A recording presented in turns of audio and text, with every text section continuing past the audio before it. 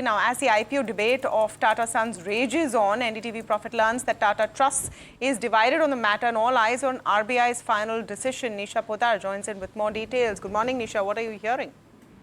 Good morning, Tamanna. Yes, sources close to Tata Trusts have said that Tata Trusts is divided on the Tata Sons IPO debate. Remember that earlier they had rejected this proposal. Now, Tata Sons listing, remember, is unfavorable for the functioning of the trusts which own 66% in Tata Sons. So the conflict of interest, sources say, is there if trustees will back Tata Sons listing because Tata Trusts control over Tata Sons as the largest shareholder and a controlling shareholder will get diluted if it lists. So that's the big worry, and that's why it got rejected earlier when it came up for approval at Tata Trust. Now, the three aspects in which Tata Trust really gains because of its ownership on Tata Sons is two board nominees on Tata Sons, the CSR funding for all their charitable activities, and also the control over the key strategic decisions. So all three can get diluted or harmed in certain fashion, and therefore certain faction of Tata Trust trustees have said that it's unfavorable and we cannot let this happen. Now, we know that Shapurji Palunji Group has 18% stake in Tata Sons.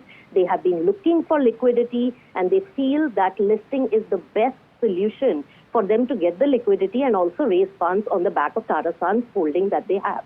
But exit from Tata Sons will give them the critical liquidity. But all this now boils down to Reserve Bank of India's final decision on whether Tata Sons listing is required or mandatory for the compliance to RBI's regulations or not. Here, another aspect to really keep in mind is that Tata Capital, incidentally, is listing just today. And it is a very big debate. Legal eagles are also divided on this, whether Tata Capital's listing covers up for the compliance required by RBI, or RBI will still want Tata Sons to really list. So now the matter is with RBI. Final decision is pending. Tata Capital is listing today. Hopefully after this, RBI will give its final verdict. And basis that, the next course of action will have to be taken. But listing needs Tata Trust unanimous vote of approval.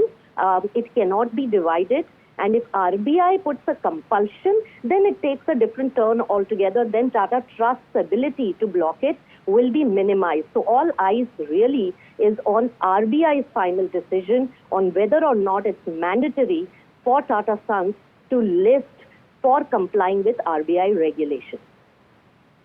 It has been. RBI has to take the final call, but I think what has become very interesting also is how you have now more consensus coming in than before for a potential listing. Earlier, it was a clear no across the group. That is now changing. Thank you so much, Nisha, for those details. Nisha Poddar there. Now, I just